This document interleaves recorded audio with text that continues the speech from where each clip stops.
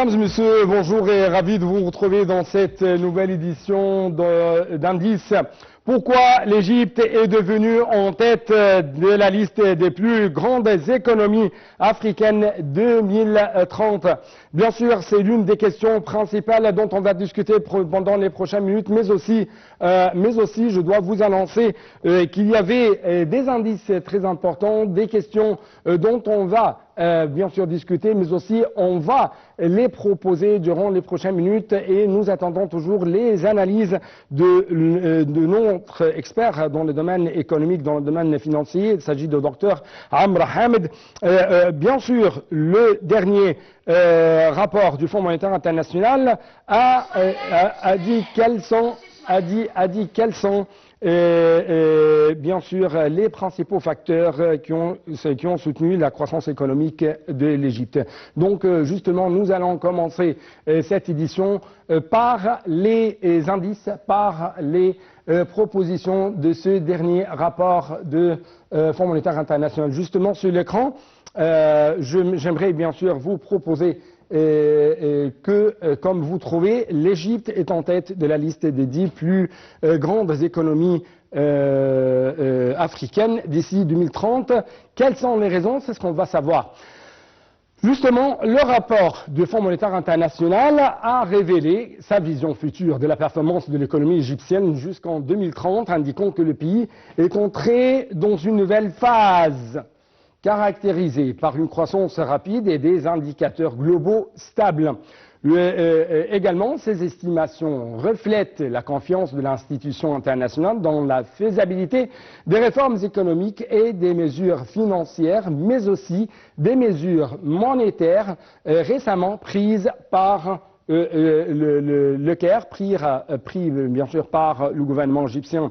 Ces déclarations ont été faites lors de la participation de ministres égyptiens aux réunions du Fonds monétaire international et de la Banque mondiale à Washington. Justement, je dois vous annoncer que je dois quand même vous présenter ce trajectoire de croissance progressif du PIB ou le produit intérieur brut de l'Égypte. Le Fonds monétaire international s'attend à ce que le PIB nominal de l'Égypte augmente considérablement, atteignant environ, faites attention à cette question, à ce chiffre, 589,9 milliards de dollars d'ici 2030, contre combien 383,1 milliards de dollars enregistrés en 2024. Donc, si je peux dire, on parle d'une sorte de croissance, on parle d'une sorte de volume qui est très grand,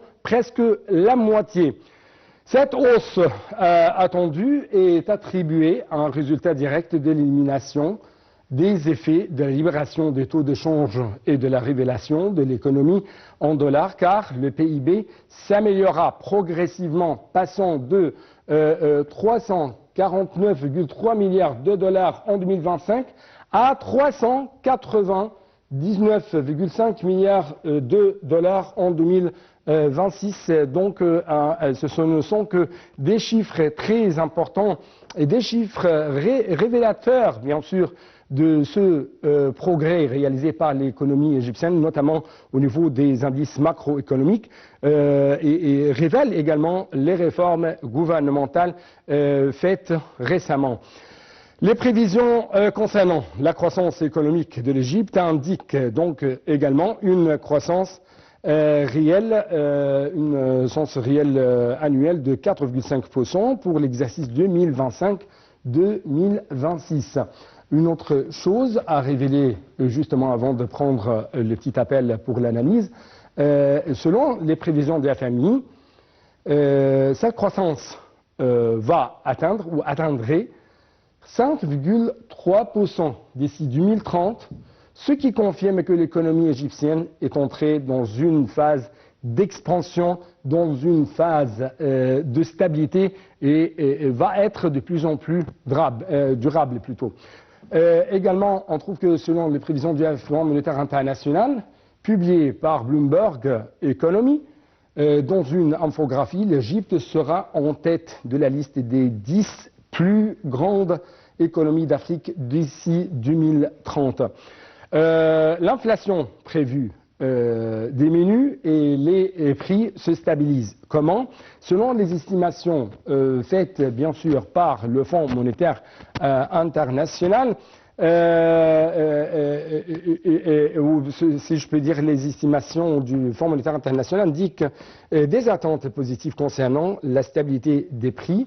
Également, on va trouver une autre chose très révélateur, encore une fois, concernant comment l'économie égyptienne se progresse sur le terrain, c'est le taux d'inflation moyen qui devrait baisser à 11,8% au cours de l'exercice fiscal en cours grâce à la politique monétaire stricte, mais aussi grâce à cette politique monétaire ferme suivie par la Banque centrale d'Égypte.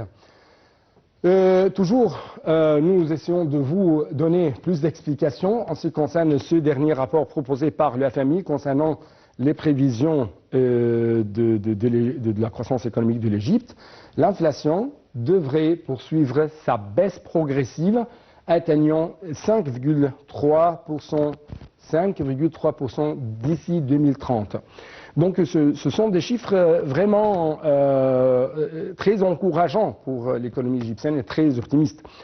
Cette tendance à la baisse est conforme aux objets de stabilité des prix et de soutien du pouvoir d'achat des citoyens. Donc si je peux dire, il y avait des plaintes de la part du peuple égyptien en ce qui concerne le pouvoir d'achat, mais on trouve qu'il y a une sorte de processus pour doper un peu plus le pouvoir d'achat des Égyptiens. L'inflation devrait atteindre environ 5,1% d'ici fin de l'exercice 2029-2030, soit le taux le plus bas attendu au cours de la dernière décennie.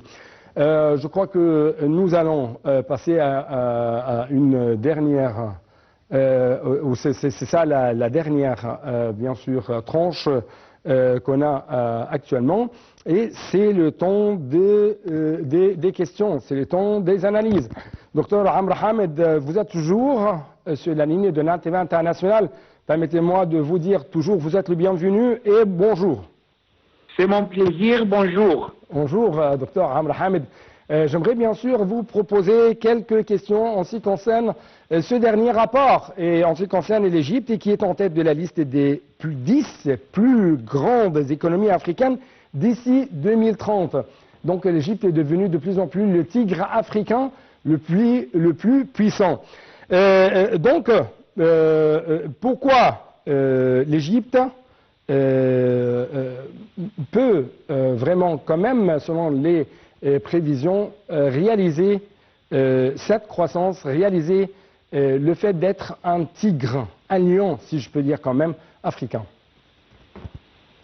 Alors il faut d'abord mettre la phrase en contexte. Je veux dire, les institutions comme le IMF, la Banque mondiale et aussi des gouvernements, ils publient des projections de PIB qui dépendent fortement du type de mesures comme le PIB en dollars courants, aussi des autres paramètres, des taux de change aussi, des hypothèses de croissance, etc. L'affirmation que l'Égypte deviendra bien sûr la plus grande économie d'Afrique d'ici jusqu'à 2030, bien sûr avec des autres pays compétitifs comme peut-être le sud de l'Afrique, le Nigeria aussi, mais l'Égypte a... le Nigeria et l'Afrique du Sud. C'est ça, oui, ouais. C'est ça. Mais l'Égypte a peut-être le potentiel de devenir le numéro 1. Pourquoi donc elle va devenir supérieure quand même dans les prévisions du FMI? C'est une projection plausible, bien sûr, dans certains scénarios. Si l'on projette une croissance soutenue, stabilisation du marché d'échange, gain en productivité et continuation des investissements, changement dans les directions législatives, les lois aussi, je veux dire les lois qui ont affaire avec l'investissement, les finances et les banques aussi. Mais ce n'est pas une certitude mécanique parce qu'elle dépend d'hypothèses macroéconomiques et de trajectoires des concurrents. En résumé, ce que je veux dire, c'est la prévision montre potentiel et trajectoire possible pour l'Égypte. C'est pas une garantie, bien sûr, mais il faut lire ces prévisions comme des scénarios bien sûr possibles, utiles pour la planification et non comme une affirmation inévitable. Oui, justement, j'aimerais entrer un peu plus dans les détails, notamment en ce qui concerne quels sont les facteurs qui ont renforcé, qui ont soutenu, qui ont également dopé, fortifié la croissance économique de l'Égypte durant les dernières années et quand même durant les prochaines années. Alors, Monsieur Hani, on peut noter ensemble à peu près 4 ou 5 principaux facteurs ici. Pour commencer, premièrement, les tailles et dynamiques démographiques, bien sûr, parce que, comme vous le savez, vos auditeurs le sachent bien que la population est plus que 100 millions, main-d'œuvre abondante, grand marché intérieur, bien sûr, qui soutient demande et offre de main-d'œuvre. Deuxièmement, à propos des principaux facteurs. Deuxièmement, les réformes macroéconomiques et partenariats avec le FMI, le programme et article 4 qui conditionnent accès au financement international et favorisent la confiance. Je répète encore une fois, la confiance, le flux de capitaux si les réformes sont appliquées et encore une fois, les réformes législatives. Ça, c'est très important. Numéro 3, troisièmement, les investissements étrangers directs, des grands projets dans le domaine de l'énergie, le gaz et le LNG, les industries, les infrastructures aussi, qui élèvent la capacité productive et les exportations. Peut-être vous avez noté que je n'ai pas indiqué ici le tourisme. Oui, c'est ça ma remarque. Justement, je n'ai pas vu pendant ce rapport le mot du tourisme. Pourquoi? Et est-ce que ça veut dire qu'il y a une sorte de nouveauté dans la composition même, dans la constitution même de cette nouvelle croissance économique? Une quinzaine d'années basée sur le tourisme, mais plutôt elle est basée sur l'industrialisation, sur l'investissement grand. Mais justement, c'est une note et j'aimerais savoir quel sera donc l'impact du grand musée égyptien Al-Mathaf al-Misr al-Kabir, quel est l'impact de ça dans la prochaine période? Bien sûr, il y aura un impact, mais vous avez demandé la question et vous avez déjà donné la réponse aussi. Mais ce que je veux clarifier, c'est que le tourisme comme secteur économique, de point de vue économique, c'est considéré un secteur rentier. C'est pas comme les industries, l'agriculture, etc. C'est pour cela peut-être que les analyses techniques, de point de vue économique technique, peut-être ils considèrent le tourisme un peu hors de l'équation, si vous voulez. Mais pour peut-être, je voulais ici noter le quatrième facteur qui a à faire avec le tourisme en reprise, et c'est que le tourisme, bien sûr, représente un grand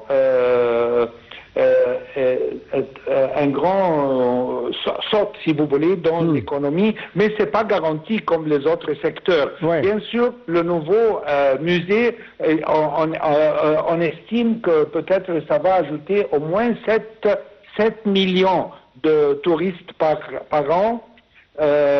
commencement de peut-être l'année prochaine ou dans 2 ans, ce qui peut-être doit prendre le total des touristes qui viennent en Égypte de moins que 20 millions, disons 17 millions cette année, jusqu'à, disons, 30 millions dans les 3 ou 4 années qui viennent. Mais ce qui m'intéresse personnellement, c'est les nationalités des touristes qui vont visiter l'Égypte. Oui. La qualité quand même. La qualité des touristes, oui. Les qualités, je veux voir, parce qu'on a, de point de vue traditionnel, ce sont toujours les Européens qui viennent. Comme vous le savez, les Européens, ils préfèrent toujours. Ils viennent au Caire, bien sûr, en Haute-Égypte, bien sûr, mais ils préfèrent tout le temps la mer Rouge, les plages. Ça, c'est différent. Et bien sûr aussi notre cousin, les Arabes, ils viennent aussi. Mais ce que je veux voir maintenant après le musée, le grand musée, les touristes les plus riches du monde, comme les Américains et les Japonais. Ouais. Ça m'intéresse beaucoup de commencer. Et quand même, les Chinois, il y a une très grande couche des Chinoises qui possèdent des richesses très importantes, bien sûr. Oui, c'est vrai, vous avez raison. Mais les Chinois, ils ne dépensent pas comme les Japonais. Ils viennent ils sont nombreux, c'est vrai. Mais ils ne dépensent pas comme les Japonais et bien sûr pas comme les Américains. Parce que de point de vue historique, je parle à propos de 30 ans passés, les Américains étaient numéro 1, touristes qui viennent en Égypte. Maintenant, on ne voit pas de touristes américains. Docteur Amr, j'aimerais commenter sur l'écran. J'aimerais commenter une chose très importante. Si l'Égypte n'avait pas ou ne possède pas vraiment des infrastructures sophistiquées, l'Égypte n'aurait pu arriver à avoir un tel grand musée égyptien. Parce qu'on parle d'un aéroport de Sphinx, on parle de nouvelles routes qui sont bien sûr établies sur le terrain spécialement pour cet événement, pour le grand musée égyptien et pour absorber le grand nombre prévu de touristes qui vont arriver, Inch'Allah, dans la prochaine période. Bien sûr, de mon point de vue, ce qui doit être parallèle à ce que vous venez d'expliquer maintenant, c'est comment maintenir ce rythme tout en assurant la stabilité sociale et financière. Ça, c'est très important. Même vous avez le plus grand musée du monde, mais ce qui est très important, c'est l'assurance de stabilité sociale et financière. J'aimerais noter que l'infrastructure, oui, ils servent bien sûr le tourisme, les investissements, mais si je peux dire, investir dans les infrastructures, c'est-à-dire investir dans le capital humain. Bien sûr, comme vous venez de dire, on essaye de changer, on essaye de changer un peu plus la vie des Égyptiens, la vie quotidienne, mais aussi, comme vous venez de dire, il faudra dans la prochaine période arriver à plus de stabilité sociale, notamment avec de telles vagues d'inflation et de telles vagues de hausse des prix. Oui, je vous écoute. Bien sûr, parce que c'est le cœur du défi, si vous voulez, la croissance sans stabilité sociale, financière peut être contre-productive. Alors, ce que notre gouvernement doit initier d'aujourd'hui, pas demain. Premièrement, la gouvernance macroéconomique stricte, je veux dire ici maintenir discipline budgétaire flexible, ça c'est très important, et les gestions prudentes de la dette par exemple. Deuxièmement, le contrôle de l'inflation et la stabilité du taux de change. Troisièmement, focaliser la dépense publique sur filets sociaux ciblés et services publics. Aussi, on peut noter ici la création d'emplois décents, si vous voulez. Bien sûr, pas seulement dans le domaine du tourisme, mais les autres domaines, parce que si on va parler d'emplois dans le tourisme, il y a d'emplois directs et indirects. Oui. Et les emplois indirects dans le tourisme sont beaucoup plus importants que peut-être le droit direct, parce qu'on parle que ça va doper un peu plus l'industrialisation, la localisation de l'industrie égyptienne. C'est ça. Si on parle à propos d'emplois indirects dans le secteur tourisme, vous pouvez multiplier par 10. Pas seulement par 10, peut-être par 20 ou 30. Ça, c'est très important. Et on peut aussi noter le renforcement des institutions et la transparence, bien sûr, pour que la croissance attire des investissements durables et réduise les méfiances sociales. Oui. Et dernièrement, les gestions des risques externes. Mais ça, c'est, comme vous le savez, peut-être on ne peut pas vraiment le contrôler parce que ça... Risque géostratégique. Oui, bien sûr. Oui. Bien sûr. Mais j'aimerais savoir un peu plus une question très importante, ou une information à propos d'une question très importante concernant les réformes économiques et monétaires qui ont été adoptées sur le terrain pour réformer ou pour rebriller l'environnement de l'économie égyptienne. Quel est l'impact de ça selon vous en tant qu'observateur économique et ça à partir de votre lecture de ce rapport qui vient d'être publié par le Fonds monétaire international? Très bon. Alors, à propos des rôles des réformes économiques et des investissements étrangers en général, les réformes, je veux dire, les libéralisations ciblées, amélioration du climat des affaires, les réformes des subventions, modernisation fiscale et l'ID, par exemple, sont des facteurs, si vous voulez, des facteurs multiplicateurs. Alors, il y a des réformes qui est égale à la crédibilité. Elles conditionnent l'accès au financement international, réduisent primes de risque et attirent les capitaux. Oui. On peut noter aussi le transfert de technologies et création d'emplois, investissements structurants, etc. Oui. Mais l'efficacité de l'ID dépend de l'environ. J'aimerais clôturer cette édition par cette question. Pensez-vous que cette croissance se traduira par une amélioration tangible du niveau de vie des citoyens égyptiens dans presque 30 secondes? Alors, pas automatiquement, mais la croissance peut améliorer, bien sûr, le niveau de vie si elle est inclusive et si le gouvernement parvient à contrôle de l'inflation, générer emplois décents, investir dans la santé, l'éducation, logement et services publics et finalement réduire la taille du secteur informel. Et les analyses du risque rappellent que malgré la reprise, l'économie reste vulnérable. Monsieur Dr Amr Hamed, il savoir que nous devons laisser notre place pour la section anglaise. C'est pourquoi permettez-moi de vous remercier infiniment pour de telles explications de votre part. Et même chose pour vous ou à vous, chers téléspectateurs. Merci beaucoup pour votre attention et à la prochaine.